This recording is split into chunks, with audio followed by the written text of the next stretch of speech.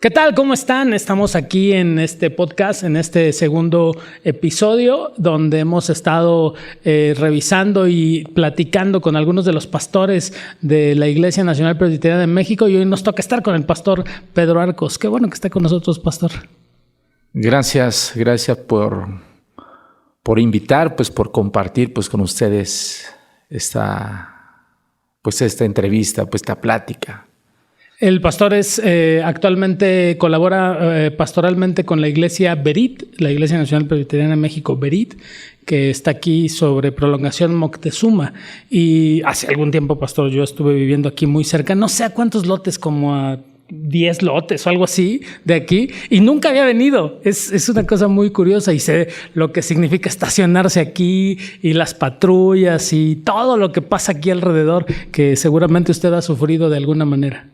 Sí, efectivamente, sí hemos sufrido por la iglesia porque no tenemos estacionamiento, pero Dios siempre es bueno, Dios provee, Dios siempre los hermanos que vienen a la iglesia buscan un lugar donde acomodarse. Sí, es un acto. Si no conoces aquí y un día vienes para acá, vente con un poco de tiempo, porque muy cerquita aquí hay como una especie de... está el corralón o algo así es. Sí. Y hay patrullas, hay coches chocados, de repente ponen por todos lados. Y es de verdad un acto de fe estacionarse. A mí me tocó vivir muy cerca y la verdad es que sí era muy, muy complicado. Sí, efectivamente, sí es un poco difícil encontrar lugar cuando vienen, los hermanos llegan antes de las 9, porque nuestro servicio es a las 9 de la mañana, empezamos a las 9 de la mañana, entonces ellos tienen que llegar antes de las 9 de la mañana para buscar un lugar donde acomodar coche para que puedan asistir al culto con nosotros. Claro, aquí es Prolongación Moctezuma. ¿Qué número, pastor? Es 98, Prolongación Moctezuma, número 98, Colonia Romero de Terreros, que ya es Alcaldía Romero de Terreros, Coyoacán. Okay. Estamos muy, muy cerca de Puerta de Salvación, casi pegadito a Miguel Ángel de Quevedo, y estamos bueno, yo en bicicleta me hacía 7 minutos de la casa de usted, donde vivía, al templo me hacía en bicicleta 7 minutos. Ida y vuelta. Sí, relativamente estamos muy cerca y fíjese que no he tenido la oportunidad de conocerlo, pero gracias a Dios que tenemos este momento de conocernos y trabajar en equipo, si se pudiera. Creo en eso. Esa es un poco la idea, pastor, de este podcast. Es un poco la idea de acercarnos a iglesias que estamos en la Ciudad de México, que estamos muy cerca. La idea es justamente eso, acercarnos y empezar a transmitir la idea de que como iglesia estamos del mismo lado, somos del mismo equipo. Solo que a veces nos involucramos tanto en nuestras actividades, tanto en las cosas locales, que perdemos un poco de vista a los que están junto a nosotros. Sí, creo que es una necesidad que hay, que sí debemos visitarnos, conocernos y trabajar, porque hay mucho trabajo que hacer. Así es. Creo que la gente tiene necesidad de Dios y la gente tiene que conocer a Dios. Y si nosotros nos unimos, podemos contactar más personas para que escuchen el Evangelio de Jesucristo. Ahorita vamos a platicar un poco más con el pastor, pero él tiene un corazón de evangelista. De hecho, así es como comenzó aquí en la Iglesia Berit, pero es prácticamente imposible no estar aquí y hablar de la Iglesia Berit sin hablar del pastor Gerald Nanjais, ¿no? Es prácticamente el ícono de la iglesia por muchos años, y un hombre que en su conocimiento, en su teología, ha influido realmente de manera importante dentro de la iglesia presbiteriana. Sí, tuve la oportunidad de conocerlo al pastor Gerald. Fue el fundador de la Iglesia Berit, que fue muchos años que estuvo aquí. Y él me invitó a colaborar en esta iglesia. Estaba estudiando en el seminario, estaba estudiando licenciatura en teología, y él me dijo que podía hacer mi labor social. Empezaba a trabajar con la gente alrededor de la iglesia, repartiendo folletos, y después empezamos a tener estudios bíblicos en las casas, y tenemos pues un proyecto aquí dentro de la iglesia que es Koinonia. Así fue como llegué aquí a la iglesia Berit. Ok. Sí, pero el pastor Gerald, es, como dije, un ícono dentro de la iglesia presbiteriana. Bueno, dentro de la iglesia en general, porque la verdad es que todo el conocimiento que vertió a través de los libros, pues es algo que sigue, ¿no? A través de la Fundación Gerald Nanhais, sigue siendo como algo que se sigue propagando, ¿no? Entonces, la verdad es que su legado ha sido un legado muy importante para la iglesia. Sí, los materiales pues, que escribió el pastor ha ayudado a muchas iglesias, porque él fue una persona que enseñaba lo que decía, o sea, la palabra. Y eso es lo que nos impacta, nos llama la atención, porque no solamente fue en Berit, sino estuvo en varias partes por la República dando conferencias internacionales también. Y en Cuba, que estuvo mucho tiempo capacitando a los pastores de allá. Y creo que fue de mucha bendición el pastor Gerald en este lugar. Claro, la verdad es que, yo hace poquito estuve en un curso y fue un curso sobre el Cantar de los Cantares. Ajá. Y yo redescubrí el Cantar de los Cantares. Había leído, por supuesto, el Cantar de los Cantares, había predicado sobre el Cantar de los Cantares, pero en este curso redescubrí el Cantar de los Cantares, y uno de los textos base fue justamente el comentario del pastor al Cantar de los Cantares. Y un poco antes tuve alguna oportunidad de estar en un curso con él. Leí el texto sobre el catecismo de Heidelberg, que no estoy seguro si él lo tradujo, pero creo que él ponía mucho énfasis en el texto de Heidelberg. Y así, ¿no? Hay un montón de textos. La verdad es que yo desconozco todos los textos que ha de haber escrito el pastor. Sí, el pastor, él estuvo mucho tiempo dando un curso que se llama hermenéutica, la comprensión pues, del texto.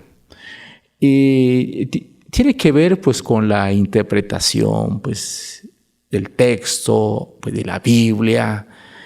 Y ha ayudado, yo lo personal me ha ayudado muchísimo.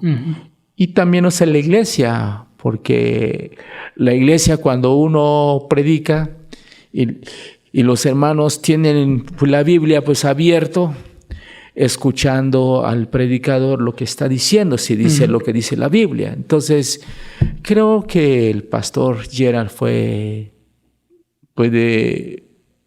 importante aquí en la iglesia porque enseñaba lo que dice la Biblia. Muy bien. Está el libro de Números, está la oración de Jesús por los discípulos, el catecismo de Heidelberg, Cantar de los Cantares, hay un montón de libros. Y ustedes pueden googlear por ahí, seguramente este comité, ¿cómo se llama? La Fundación. La Fundación Gerald Nanhais. Pueden buscarla y ahí les pueden hacer llegar los documentos que él escribió, y creo que son documentos que hasta hoy siguen siendo pertinentes para la iglesia. Y como dije, el legado del pastor Gerald ha sido un legado importantísimo, ¿no? Sí, esos materiales se puede conseguir pues con la maestra Francis. Okay. Ella se dedica a la venta de su libro y se puede localizar o comprar pues ese libro pues con ella a través de la fundación.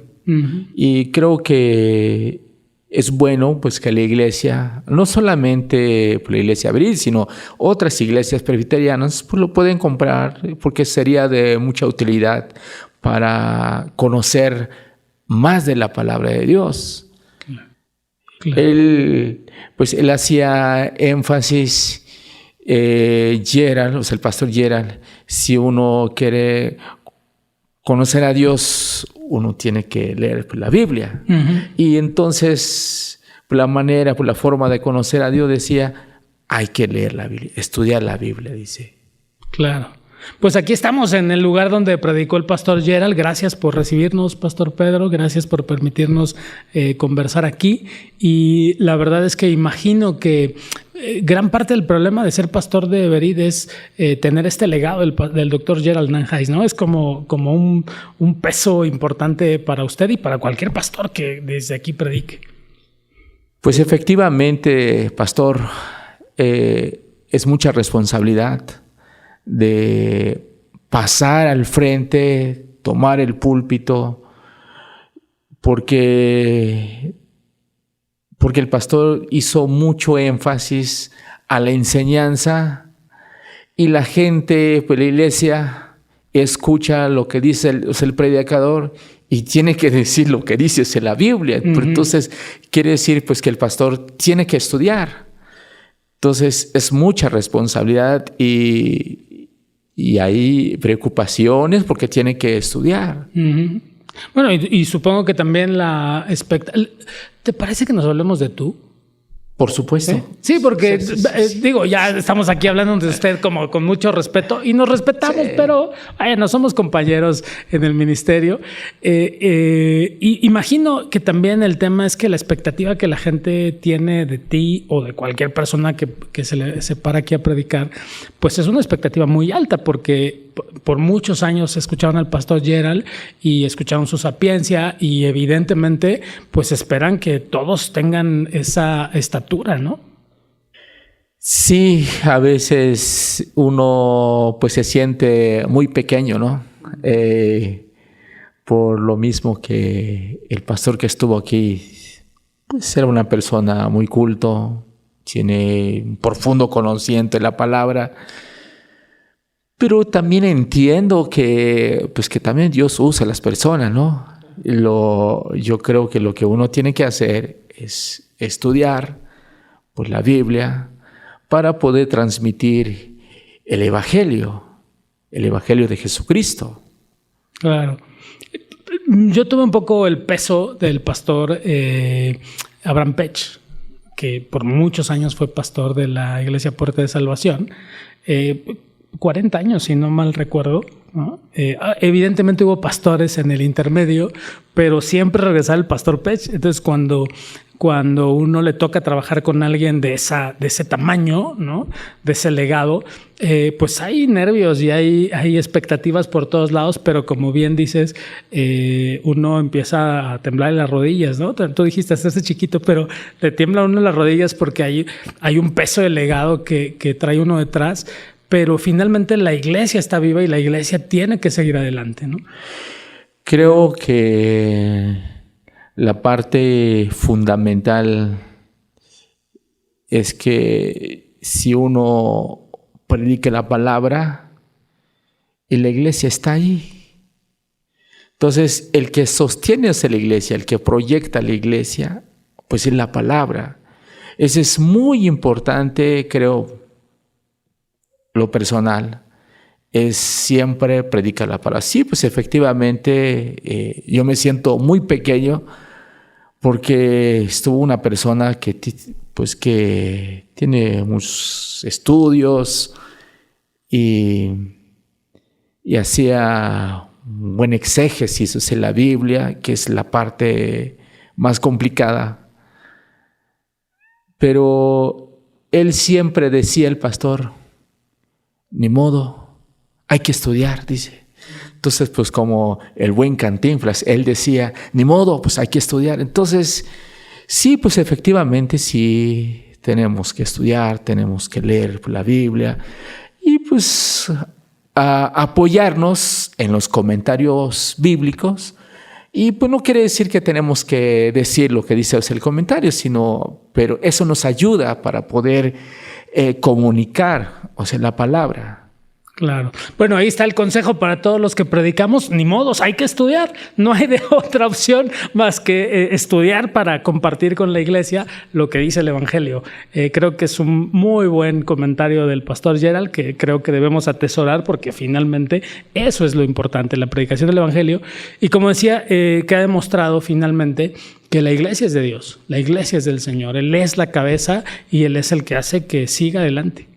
Y creo que queda demostrado de muchas maneras. Sí,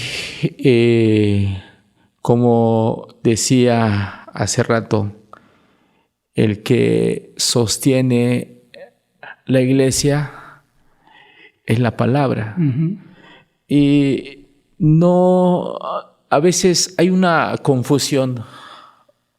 Muchas veces pensamos o llegan a pensar que es el hombre el que sostiene la iglesia, el que proyecta la iglesia. Pero la verdad que no. Yo estoy convencido, seguro, que la iglesia, el que sostiene la iglesia, es la palabra de Dios.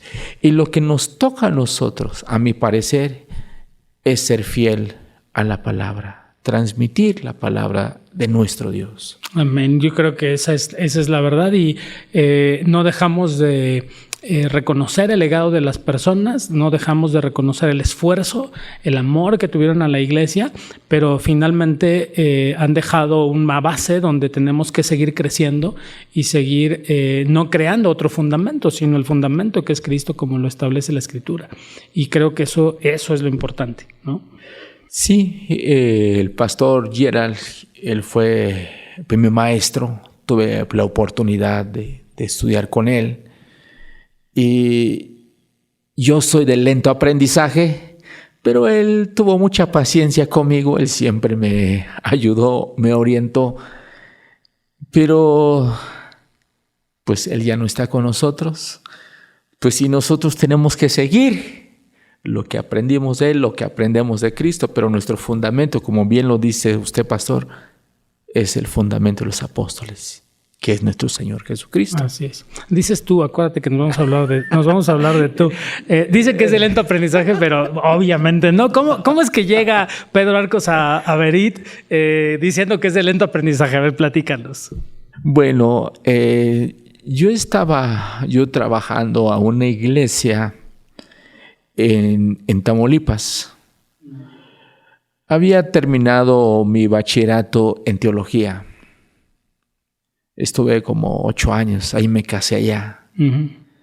Y me sentía estancado.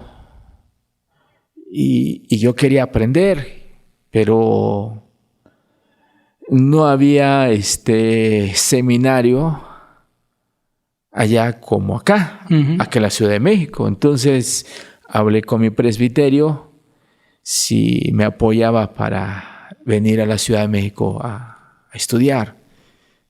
Entonces me dijeron que sí, que cada iglesia pues iba a aportar algo para poder sostenerme, porque mi esposa tenía ya 2 hijos. Entonces vine yo primero a conocer el lugar pues, donde voy a vivir y iba a participar, iba a trabajar a una iglesia, iba a apoyar a un pastor. Pero la verdad, pasó el tiempo que nunca llegó el apoyo. Uh-huh. Entonces estuve trabajando aquí en el centro de Coyoacán, aquí en la Ciudad de México. Trabajaba pues en un restaurante. Y un día pasó un maestro mío, que es Bantol. Él es misionero en Estados Unidos, pero daba clase aquí en el seminario pues la Reformada, que está aquí en el Mercado de la Bola. Y estaba yo trabajando en el restaurante, estaba yo afuera y entonces me dice, ¿usted qué hace acá? Entonces yo me sentí mal. Pues Dios no te llamó para eso, casi me quiso decir, ¿no? Uh-huh, uh-huh. Y ya le expliqué, lo que me había pasado. Y me dice, no se preocupe, tengo un amigo, dice. Me comentó que es el pastor Yera. Había escuchado de él, había estudiado pues, de sus libros. Entonces, así fue ese encuentro con él. Entonces, platiqué pues con el pastor Gerald y el consistorio y me dijeron, usted va a hacer su labor social, usted hace su licenciatura en teología, en las tardes vienes aquí a la iglesia haciendo tu labor social, repartiendo folletos. Y empecé a repartir folletos. Empezamos a tener estudios bíblicos alrededor de la iglesia Berit. Ya pasó el tiempo, cuando él falleció, el pastor, la iglesia me invitó como su pastor. Así llegué pues en esta iglesia. Como ven, les dije que él tenía corazón de evangelista, ¿no? Es básicamente para lo que venís a trabajar inicialmente aquí en Berit, ¿no? Para hacerte cargo de las misiones, ¿no? De la obra evangelizadora de la iglesia. Sí, de hecho, estuve trabajando como encargado de las misiones y una vez que, bueno, quisiera aclarar, cuando falleció el pastor, entonces pues no había pastor. La iglesia estaba buscando pastor. Como que alguien dijo, ahí está, dice. Entonces me llamaron. Uh-huh. Y en este mes de junio cumplo 5 años, o sea, mi compromiso pues con la iglesia. Okay. Sí. Y el Señor dirá, claro, ¿dónde me ha de llevar? Claro. Bueno, yo creo que en este tiempo el Señor es el que seguirá diciéndonos a dónde vamos a ir, a dónde estaremos colaborando ministerialmente, ¿no? ¿De dónde eres? Yo soy de Chiapas. Ah, de Chiapas. Sí, yo soy de Tumbalá, Chiapas. Es una zona donde hace mucho frío, pero donde vive mi mamá hace mucho calor. Es un ejido que se llama Cuctiapá, pero es municipio Tumbalá, Chiapas. ¿Eso cerca de dónde está? Digo, perdón está que cerca desconozca. Estamos muy cerca de Agua Azul, como 20 minutos. De Agua Azul. Sí, Agua Azul. Okay. Sí, estamos muy cerca de ahí. Agua Azul es precioso. Hermoso lugar. Es precioso el lugar. ¿Hablan algún dialecto ahí? Sí, hablamos dialecto. Yo hablo el dialecto chol. Okay. Y entiendo un poco tzeltal, un poco maya, pero el que domino más es chol. O sea, trilingüe. Algo por el estilo. algo por el estilo, nomás eso, ¿no? Algo por el estilo. Pero el chol es tu primer idioma. Sí, ese es mi primer idioma. Okay. Sí, mi primer ¿Y español idioma. dónde aprendiste? Cuando pues fue muy difícil, apenas hablo un 2% de español. Yo aprendí aquí. Pues aquí en la Ciudad de México, yo aprendí aquí. Hablo un 2%, pero Dios ha sido bueno conmigo. ¿Te defiendes? Pues me defiendo. Eso. Pero además, imagínense, estando teniendo como maestro al doctor Gerald, evidentemente el griego y el hebreo había que pegarle un poco también, ¿no? Ni modo, había que estudiar, ¿no? Así es. Entonces, bueno, imagínense cuántos idiomas sabe este hombre y el Señor lo ha usado y te tiene aquí, gracias a Dios por eso. Y la verdad es que pienso en cómo le hiciste en estos 2 años. Llevas 5 años como pastor en Berit, pero ¿cómo le hiciste en estos 2 últimos años para seguir con el ministerio que Dios ha puesto en tu corazón de compartir el evangelio? Porque, como tú dijiste, antes de la pandemia, pues repartías folletos, andabas visitando gente, estabas en las misiones, pero cuando se cierra todo y ahora ya nadie recibe folletos y poca gente recibe en casa, ¿cómo le hiciste? ¿Cómo le hizo la iglesia para seguir compartiendo el evangelio? Bueno, creo que tenemos un consistorio, no es muy grande, pero es un consistorio comprometido. Cuando se cerró el templo por esta enfermedad, inmediatamente tenemos un anciano que es muy bueno para manejar lo que es el medio, ¿no? Lo que es internet, y compramos la página. Bueno, tenemos la página de la iglesia, empezamos a trabajar y los ancianos participan una meditación un día a la semana. Entonces se mandan las meditaciones de lunes a sábado. Uh-huh. Todos los ancianos participan. Es la manera de atender, de proveer el alimento espiritual a la congregación. Y las sociedades tienen sus actividades a través del Zoom. Es a través del Zoom. Básicamente así hemos estado así ha sobrevivido la iglesia así. Sí ha sido difícil, pero Dios siempre pone, o sea, los medios cómo trabajar. Oye, pero si te sentías chiquito, imagínate con cámaras y micrófonos. ¿Y qué pasó? ¿Cómo le hiciste para adaptarte a esa situación? Pues muy buena pregunta, es lo que yo no he entendido tampoco. Ok. Bueno, varios no entendemos cómo le hacemos. Sí, entonces pues la iglesia empezó a organizarse y muy rápido, y gracias a Dios la página de la iglesia ha crecido mucho, mucho,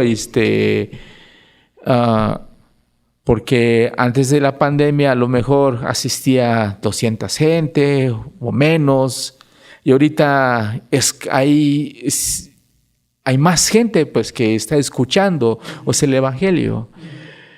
Como que Dios quiso, vamos a cerrar el templo para que se pongan a chambear. Okay. Bueno, así lo entiendo, pero también siento que no es igual, porque siempre se extraña a los hermanos cuando llegan acá, pues se siente uno contento, y nuestro culto ha sido a través del Zoom, a través de internet, y no nos vemos personalmente, aunque a través del medio pues sí nos vemos.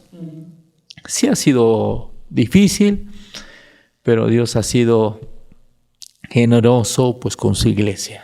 Muy bien. Bueno, ya tenemos 2 consejos hoy. Ni modos, hay que estudiar, y ni modos, hay que chambear. Ese es el trabajo que tenemos que hacer. Ya llevamos 2 consejos en esta corta plática. Pero ¿cómo le haces tú en el tema de la evangelización? Que es digamos, lo que el ministerio, entiendo que el ministerio pastoral es a lo que ha sido llamado, pero tienes una inclinación hacia el ministerio de evangelización. ¿Cómo le has hecho en este tiempo? Ha sido un poco difícil. Sí, relativamente ha sido difícil. Antes de la pandemia teníamos varios estudios bíblicos en casas, y muchos pues se suspendieron porque la mayoría faltaba realmente a alguien para darle seguimiento a ese estudio bíblico. Entonces ha sido un poco difícil pues en ese sentido. Sí nos ha afectado por ese sentido. Pero sí has logrado hacer algo. Sí.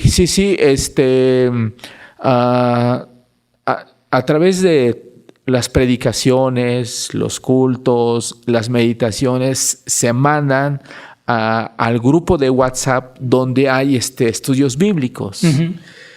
Y eso ha sido un poco complicado pues en ese sentido. Sí, para mí, lo personal, ha sido complicado para atender. No sé cómo la hacen ustedes, no sé o cómo nos pueden apoyar, ayudarnos a darnos una idea cómo podemos hacerlo. No, de hecho es exactamente al revés. Vengo aquí para que me digas cómo hacer y piratearte 2 o 3 ideas, porque la verdad es que ha sido complicado para todo el mundo. Lo cierto es que a todo el mundo nos agarró como decimos en México, en curva, ¿no? Nos agarró en curva el asunto, y no traíamos freno, y entonces sí fue como muy complicado el proceso para todos, me parece, y para nosotros así, y por eso inventamos estas cosas para venir y sacar información y ver qué vamos a hacer ahora nosotros. Pues creo que había que pensarlo, analizarlo, cómo hacerlo. Pero creo que primeramente Dios, el 27 de este mes ya vamos a empezar nuestro culto presencial. Ya vamos a empezar, porque habíamos empezado en principio de diciembre, pero se volvió a cerrar debido a que... Diciembre del 2021. Ajá, el 21, porque salieron hermanos. Bueno, no es que se infectaron aquí, pues seguramente pues mis hermanos pues se contagiaron pues en otro lado, y entonces... Dejémoslo hasta ahí, se contagiaron en otro lado. Y entonces el 27 de marzo inician actividades. Empezamos nuestro culto nuevamente. ¿Y eso es para ya celebrar Semana Santa aquí en el templo? No, bueno, tenemos nuestro plan de El culto de Ramos, o sea, Domingo de Ramos. O sea, Domingo de Ramos, es el lunes, perdón, es el domingo, que entonces sí vamos a tener nuestro culto presencial. Lo que es lunes, martes y miércoles, damos una serie de estudios. Lunes, martes y miércoles a las 7 de la noche hay un estudio bíblico. Eso va a ser a través En línea. El jueves también va a ser a través de línea. No va a ser presencial. El viernes, que son las 7 palabras, y va a ser también en línea. El culto de resurrección sí va a ser presencial, en la mañana. Y en la tarde, el domingo de resurrección, tenemos el coro, es el culto de resurrección, concierto de resurrección, sí. Pero va a ser en línea también, sí. Así, pero nada más los puros domingos a las 9 de la mañana va a ser nuestro culto presencial. Ok. Pero bueno, la base fundamental tiene que ver con el retorno de la iglesia presencial. Sí. Y con este periodo importantísimo para nosotros que es la Semana Santa, ¿no? Así es. Vamos a empezar poco a poco viendo cómo va el semáforo, ¿no? Ahorita estamos en semáforo verde, pero es impredecible, ¿no? Porque no puedes saber de aquí a un mes, 2 meses. Pero nuestro culto de Semana Santa va a ser así. Para nosotros, la Semana Santa es muy importante, de suma importancia para los cristianos. Y aquí en la iglesia le ponen ese énfasis que tú crees que es que hay que darle a la Semana Santa. Sí, para nosotros, los que tenemos conocimiento de la palabra, los que tenemos, los que sabemos, porque a veces no se entiende muy bien lo que es la Semana Santa. A veces la gente tiene la tendencia, pues, que Semana Santa es vacaciones, es playa. Para nosotros, la Semana Santa, recordamos la pasión, la crucifixión y la resurrección de Jesús, que es un hecho histórico que sucedió en la historia humana, que Jesús realmente vino aquí a la tierra y pasó en la historia humana. Por eso recordamos, porque sin la resurrección, pues no hay iglesia. Por eso es importante celebrar, pero no es playa, no es vacaciones, sino recordamos que Jesús murió en la cruz, que derramó su sangre por mí y que Él perdona mis pecados. Bueno, es que básicamente ese es el mensaje evangelizador, ¿no? Ese es casi el folleto evangelístico que compartimos para que la gente reconozca al Señor como su Señor y Salvador. Y esa es, digamos, la esencia del mensaje. Sí, eso es bueno, por eso celebramos la Semana Santa, que empieza el Domingo de Ramos y termina el de la Resurrección. El Domingo de Resurrección. Sí. Entonces que son profecías que se están cumpliendo, ¿no? Cuando leo la Biblia, cuando Jesús entra, pues, en Jerusalén, montado en un pollino, ¿no? Que está registrado, es en la Biblia, que está en Mateo 21, y tiene un símbolo, ¿no? Porque Jesús entra, pues, en un pollino. Y seguramente la gente, ¿pero por qué en un pollino? ¿Por qué no entró, pues, en un caballo? Porque si un rey entraba en un caballo, simboliza que viene como un conquistador, como un hombre de guerra. Pero cuando Jesús entra en un pollino, simboliza que es humilde, pero también simboliza que es un rey, que es Mesías, que no viene son de guerra, que viene para dar paz, para dar libertad al ser humano de sus pecados. En este momento, por ejemplo, de guerras, ese mensaje es importante. Una época donde, evidentemente, la guerra en Europa hoy está acaparando las noticias. Pero bueno, en México no nos quedamos tan atrás. Sonora, bueno, todo el norte, el sur del país se encuentra metido no en guerra declarada, pero evidentemente en guerra. Y salir como iglesia a hablar de un mensaje de paz, me parece que es muy importante. Jesús vino, como dices, en un pollino y no en una suburban negra escoltada, ¿no? Sino llega en un pollino justo significando eso. Ese es el mensaje que como iglesia tenemos que compartir hoy, me parece. Es de suma importancia. La gente tiene necesidad de Dios.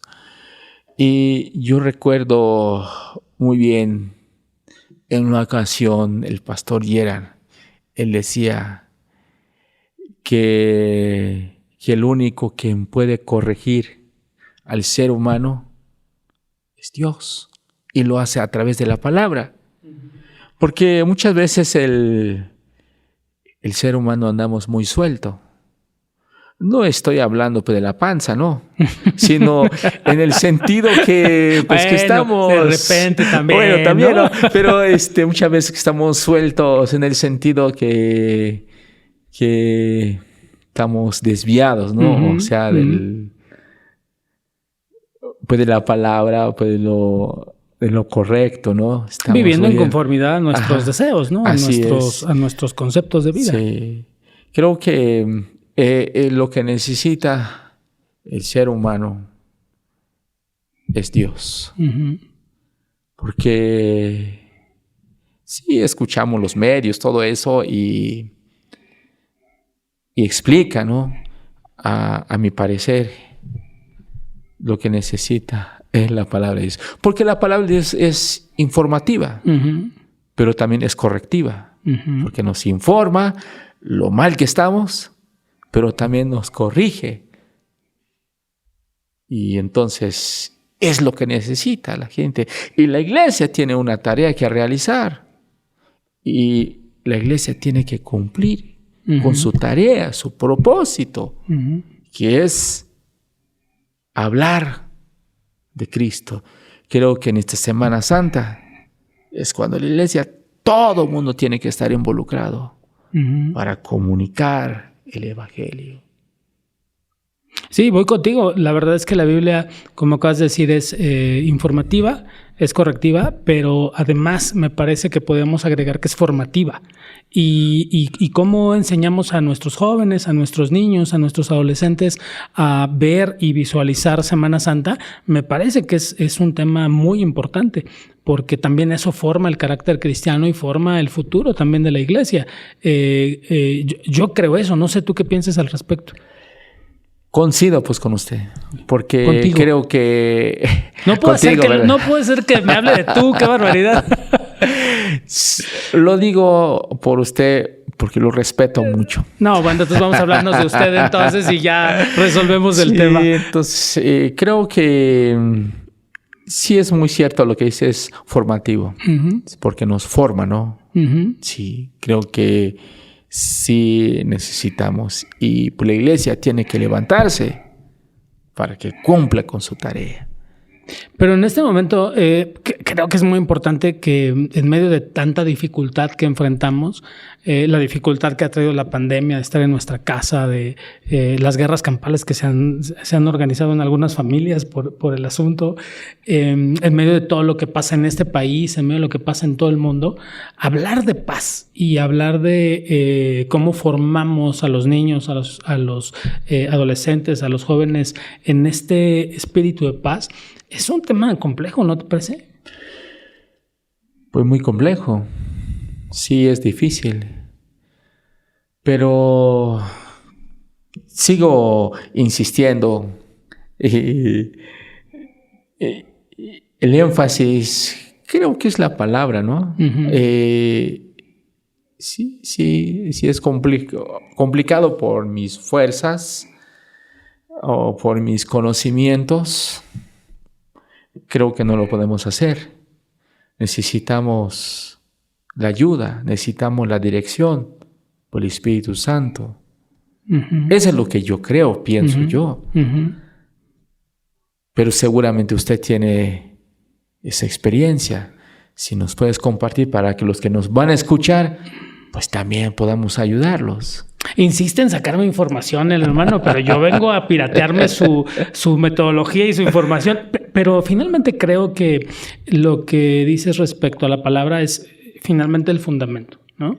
A mí me parece que los íconos de la iglesia, en el caso de lo que tú conociste con el doctor Gerard, en el caso de lo que yo conocí con el pastor Abraham Pech, eran hombres de palabra, eran hombres de la palabra, ¿no? Fundamentalmente. Sí, por supuesto estudiaban, sí, por supuesto enseñaban, sí, por supuesto sabían muchas cosas, la experiencia la tenían, pero el énfasis estaba en la palabra, ¿no? Y cuando revisamos, por ejemplo, Deuteronomio, que ahora estamos en la iglesia revisando Deuteronomio, lo que encontramos es a un Moisés que le dice al pueblo: ahora ustedes van a entrar a la tierra prometida, pero al entrar ahí no se pueden olvidar de la palabra de Dios, ¿no? Sí, la experiencia se vuelve importante, pero la palabra se vuelve el fundamento, ¿no? Y ahí es donde vienen estas dos tablas de la ley, donde dicen una es para Dios y otra es para ustedes, y ustedes la tienen que tener lista para acercarse a ella y formar a esta futura generación que va a entrar a una tierra prometida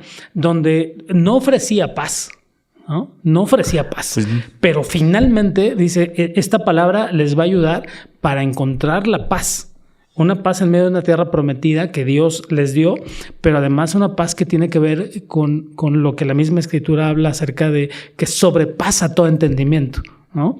Esta palabra que nos puede traer alivio a nuestro corazón, aún en medio de las dificultades y en medio de las batallas de la vida, pero que va a formar a nuestros niños y a la futura iglesia a experimentar esa paz profunda, aún en medio de tanta dificultad.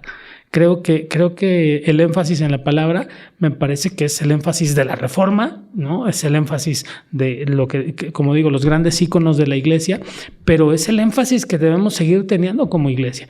Creo que ese es el fundamento. Más allá de otras experiencias, la palabra es el fundamento. Sí, hay en el libro de Hechos, y donde dice que perseveraban en la doctrina de los apóstoles.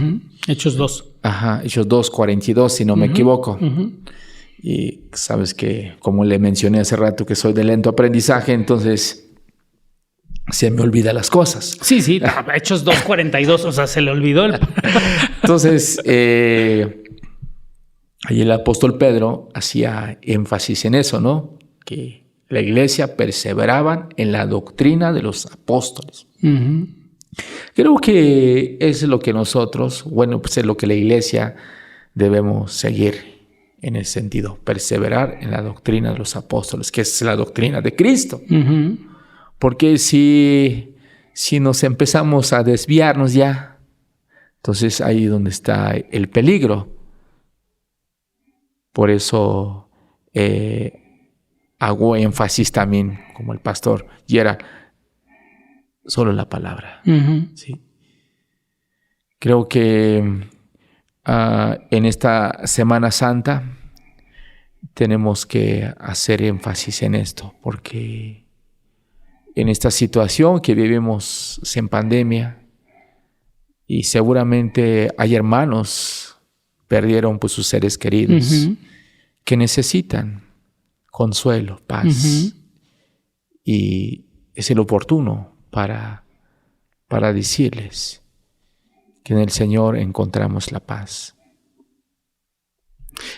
Me llama la atención el tema de las personas que durante esta época han perdido algún ser querido, no solo por el COVID, ha habido muchos otros motivos por los cuales se han perdido algunos seres queridos.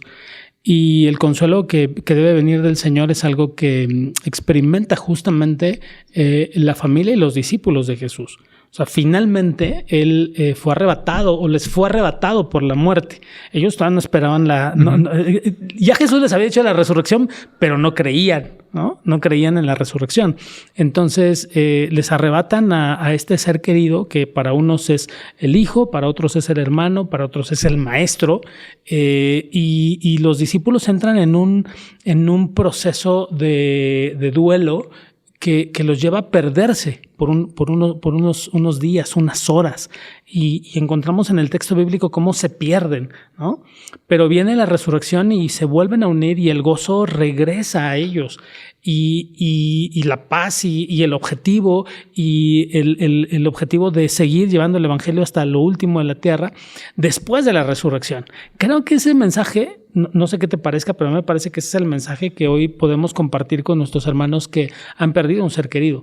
Evidentemente hemos perdido un ser querido y es dolorosísimo la ausencia. Sin embargo, existe la promesa de la resurrección.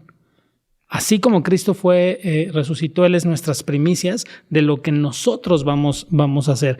Entonces la resurrección se vuelve la esperanza de vida y la paz y el consuelo en el corazón de las personas. Me parece que ese es un mensaje de Semana Santa que es fundamental. Sí, es muy importante transmitirle a las personas para que entiendan en esa parte. Porque antes de que Jesús lo iban a arrestar, eso me llama la atención lo que dice Juan 14. Uh-huh. Y cuando Jesús le lavó los pies pues, a sus discípulos, y le dice, ejemplo os he dado. Uh-huh. Pero Jesús empieza a hacer pues, su discurso. Pues en el capítulo 14, uh-huh. que el pastor Yera lo llamaba el discurso de despedida de Jesús. Uh-huh. Y dice, de hecho, hay un libro, ¿no? Ajá, de hecho, sí, uh-huh. que es el Evangelio de Juan, uh-huh. capítulo 14, que es el 14, 15, 16 y 17. Uh-huh. El capítulo 14, el tema pues, se le puso palabra de consuelo. Uh-huh. Entonces Jesús dice, no se turbe vuestro corazón. Creéis en Dios, creed también en mí. Jesús estaba consolando a sus discípulos porque Jesús va a ir hacia la cruz. Uh-huh. Pero los que van a quedarse son los discípulos. Entonces Jesús les dice, no se turbe vuestro corazón. Entonces hay una parte negativa, hay una parte positiva. Por la parte negativa, no se turbe vuestro corazón. Uh-huh. Y la parte positiva es, creéis en Dios, creéis también en mí. Uh-huh. Jesús está preparando a sus discípulos que no debe entrar duda en sus corazones.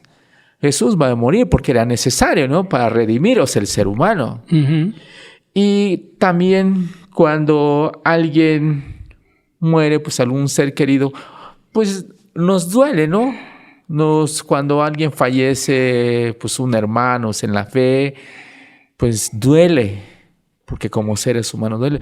Pero tenemos la convicción uh-huh. que está con el Señor. Entonces, ahí es lo que a veces creo yo que necesita la gente. Que en esta Semana Santa que vamos a celebrar, usted hablaba de la resurrección, que es el énfasis uh-huh. del meollo, es el punto.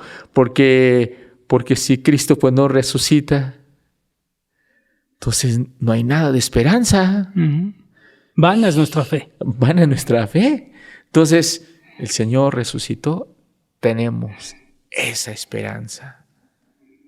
Me llama un montón la atención, Pedro, que estamos hablando de dos personajes que no están con nosotros, pero que han sido parte fundamental de la historia de esta iglesia. El doctor Gerald y el pastor Abraham Pech, ¿no? Berit y Puerta de Salvación. Y los dos no tenían el español como su primer idioma. El pastor Pech era de Yucatán, de Ticul, ajá. y él hablaba maya.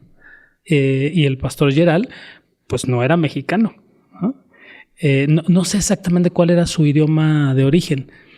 pero el tuyo tampoco es el español, el idioma de origen.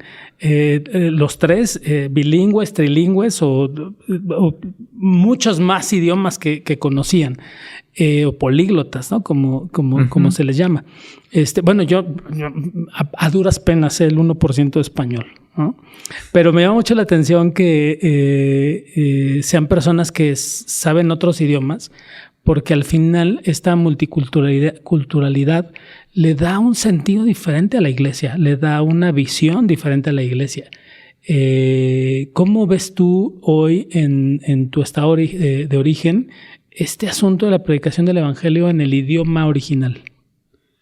Digo, perdón por cambiar un poco de tema, pero sí. creo que ese tema es un tema muy importante. Yo creo que tú sabes, la próxima semana estaremos en un podcast con la directiva de la Asamblea General y el tesorero, mi hermano Julián, también es de Chiapas, y tampoco el español es su primer idioma.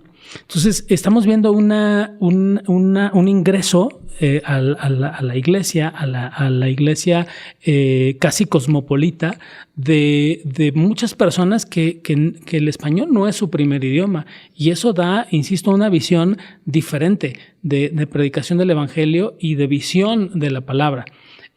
¿Cómo ves tú este tema de la predicación del evangelio en tu estado original, en la región donde tú creciste? Bueno,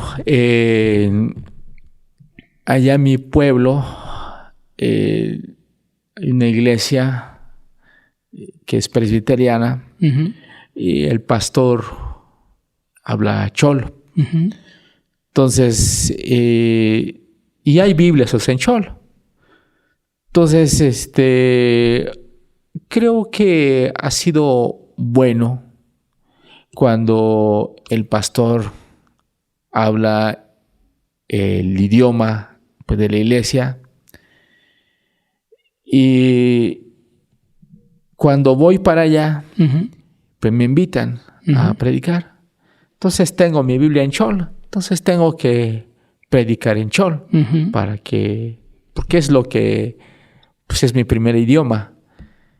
Y eso me ayuda. Entonces, cuando estoy aquí en la iglesia, Berit, entonces yo tengo que primero pensar en chol, uh-huh, lo que voy a decir, uh-huh, y pensarlo, estructurarlo, o sea, mi idea para poder predicarlos en español. Sí es difícil porque no es lo mismo. Uh-huh. Entonces, pero sí, allá en Chiapas y hay muchos cristianos, uh-huh, muchos cristianos. No sé si me expliqué o qué era lo que... No, sí, claro, por supuesto. Yo estuve trabajando en algunas misiones que tenemos como Presbiterio Berea en la Sierra de Hidalgo, uh-huh, y ahí hablan otomí. Uh-huh. Y bueno, yo estuve trabajando ahí, no recuerdo si 7, 8 años, no recuerdo cuánto fue lo que estuve colaborando por allá con los hermanos, y ellos hablan otomí. Ajá. Entonces, para mí la experiencia era una experiencia sumamente enriquecedora, pero además había un reto. El tema es que yo creo que pasa igual en Chiapas. Yo iba y la gente quería que yo predicara. Y yo me sentía bien chiquito porque yo decía, yo no hablo el idioma y además tengo que predicar. Había alguien que me traducía, pero evidentemente las traducciones de todas las lenguas, pues, finalmente son complejas, ¿no? Son complejas. No siempre se logra el mismo sentido, ¿no? También he estado en otros lugares y he sido traducido, pero especialmente en mis hermanos que hablan otomí. Espero que algunos nos esté viendo allá en la Sierra de Hidalgo, específicamente en San Antonio el Grande y toda esa región donde estuve colaborando con mis hermanos.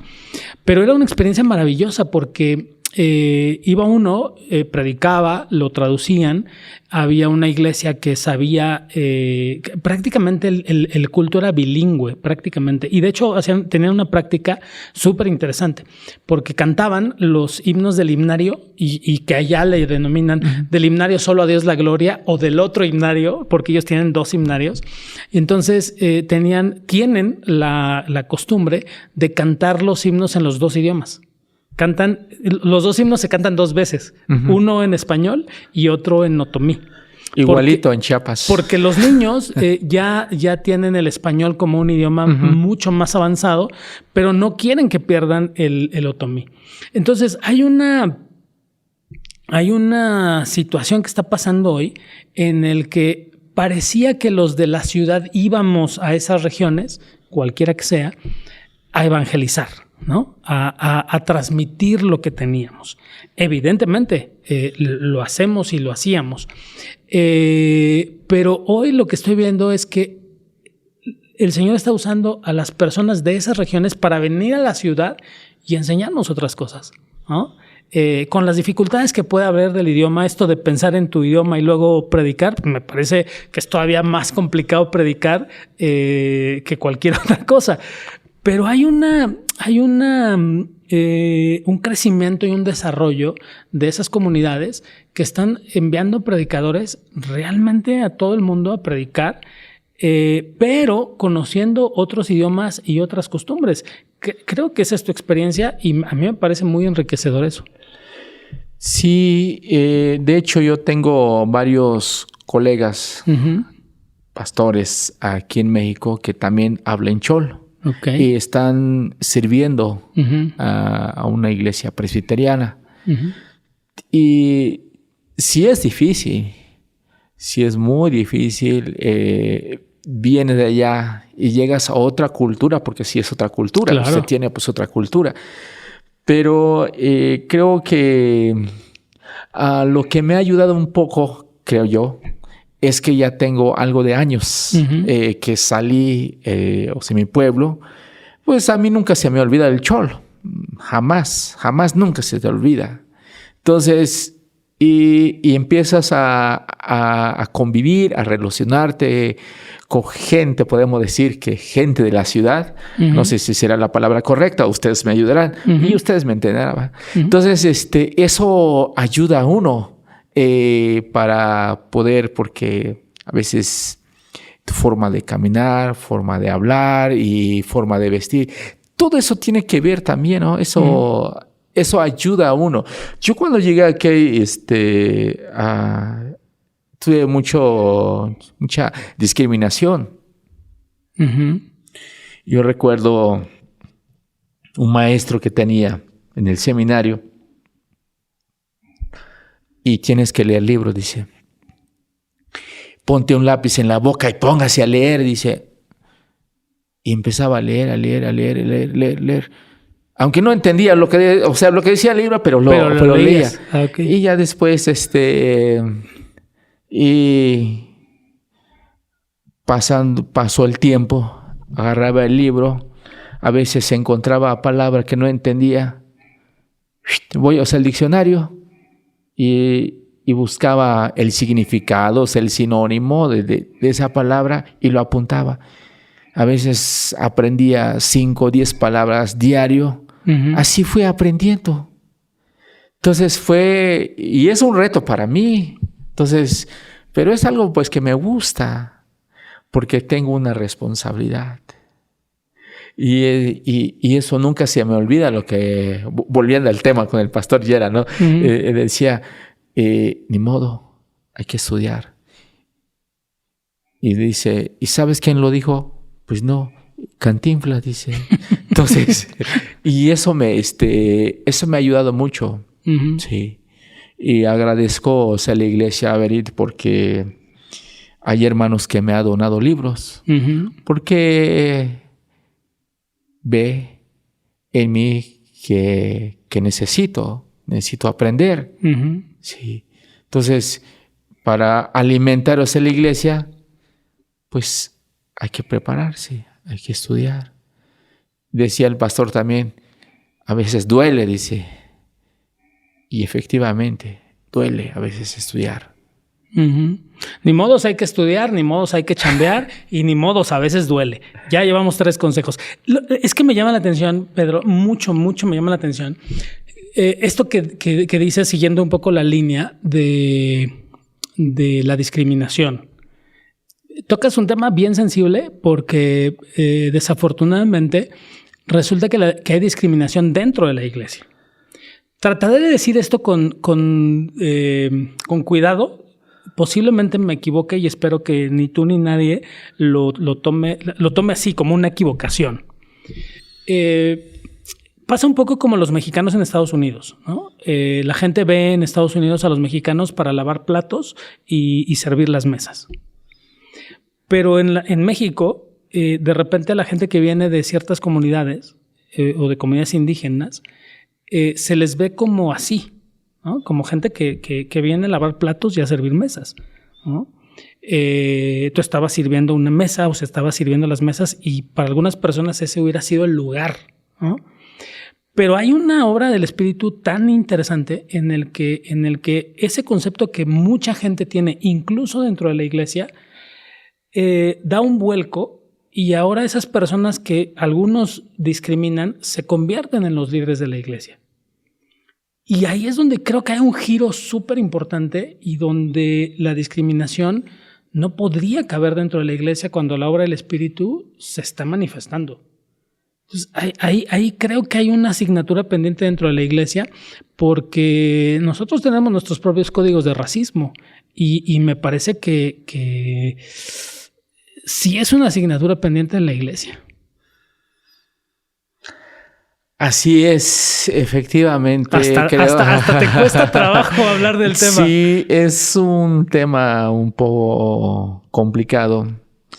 Pero creo que cuando un creyente, pues un cristiano, entiende el evangelio, se tiene que quitarse esa mentalidad. Eso yo que creo yo.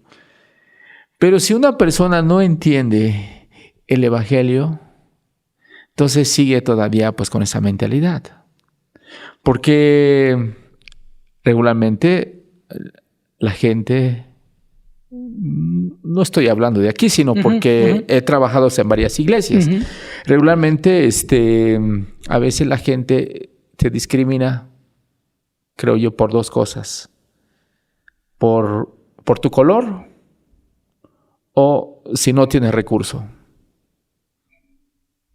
Sí. Si eres morenito,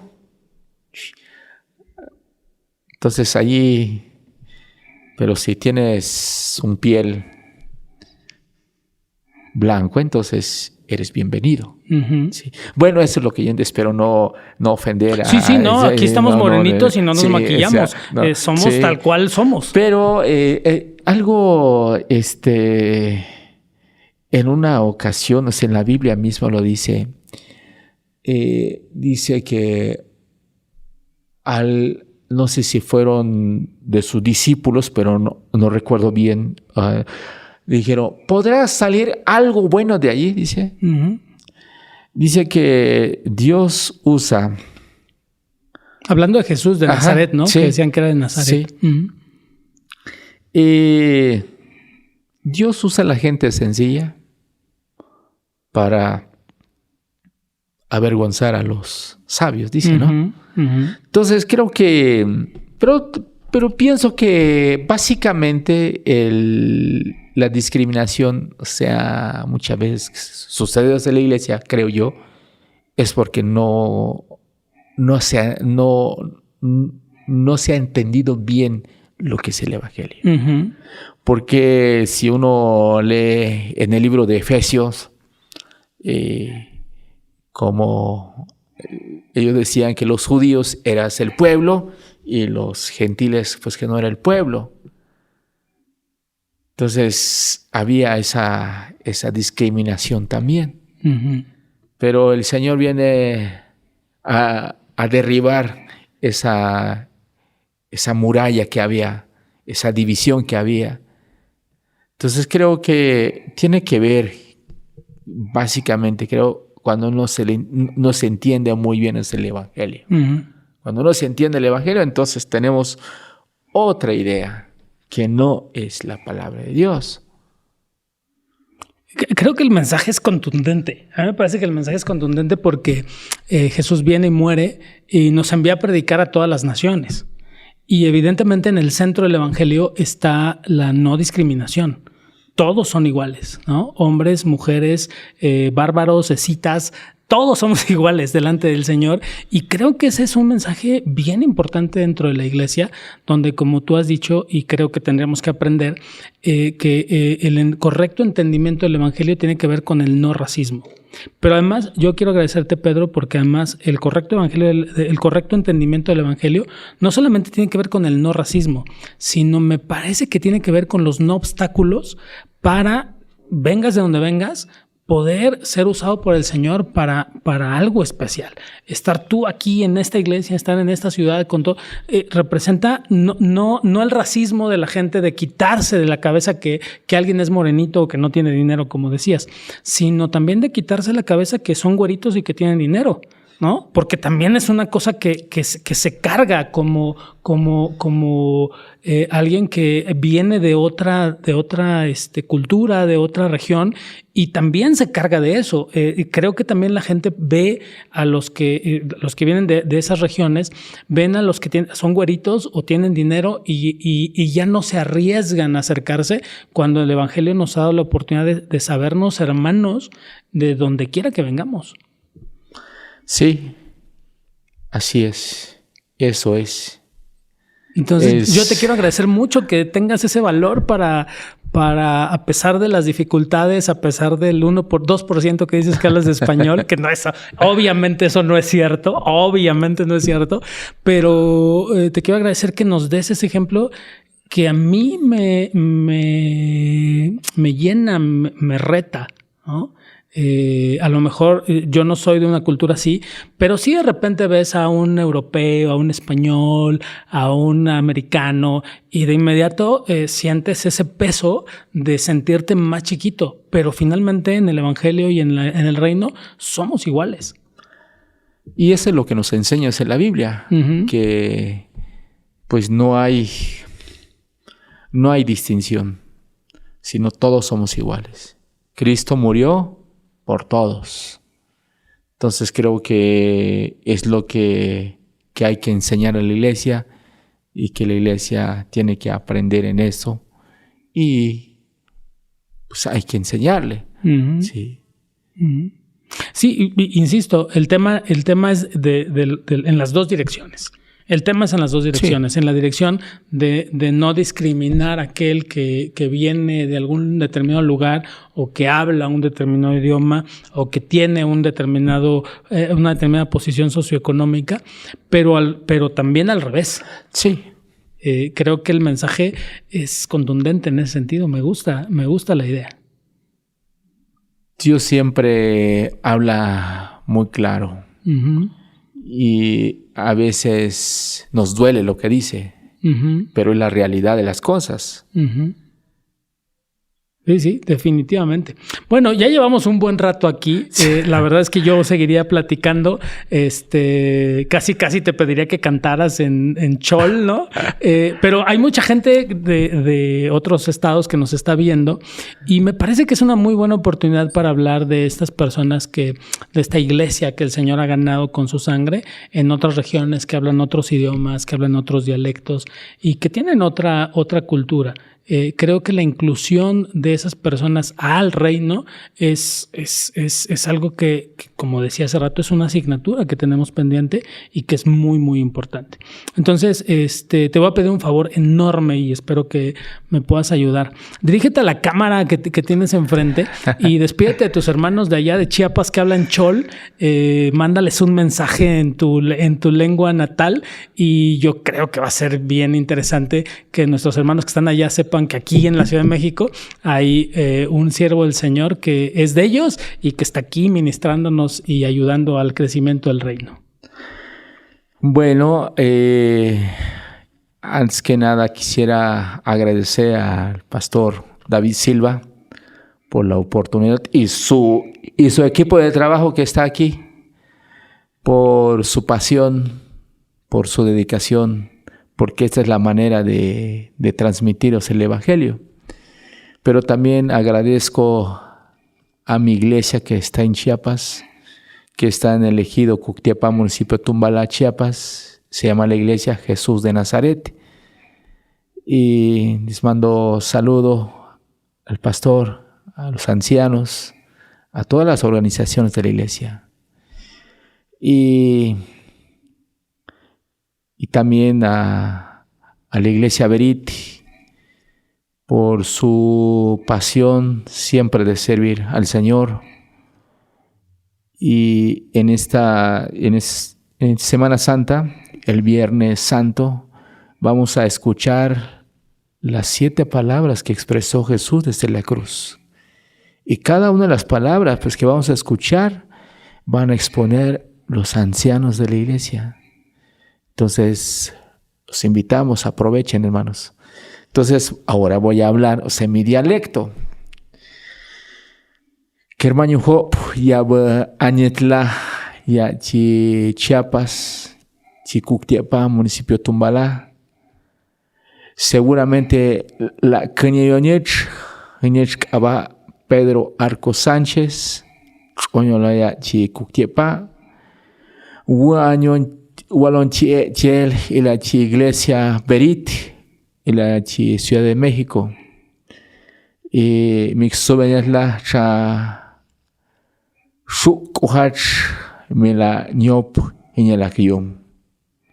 Y me la invitar, chame la pescanich en la aquium y me la ñop la aquium y me la y ya la aquium ya Chiapas porque han cab necesidad ya ahí y yo ñopo en la aquium. Muchas gracias. Muchas gracias, Pedro, por este tiempo que nos has dado. Agradece, por favor, a tu consistorio por permitirnos estar aquí y saluda a tu iglesia, por favor, a la cual le agradecemos. Yo personalmente me siento muy agradecido porque es una iglesia que puede tener un ejemplo de inclusión que es muy importante, me parece, para la Iglesia Nacional. Así que te agradezco mucho el tiempo, te agradezco mucho el espacio que nos brindaste aquí y no olviden que el próximo lunes saldrá el tercer episodio de este podcast. Este es el segundo episodio, saldremos el próximo lunes con el tercero y el siguiente lunes, un lunes antes de Semana Santa, saldremos con el cuarto y último podcast de esta serie, que a mí me parece que vamos a continuar un poco más adelante, pero en este momento vamos a terminar con estos 4, esta serie Camino a la Pascua. Así que les mandamos un fuerte abrazo y gracias por estar con nosotros. Que el Señor les bendiga.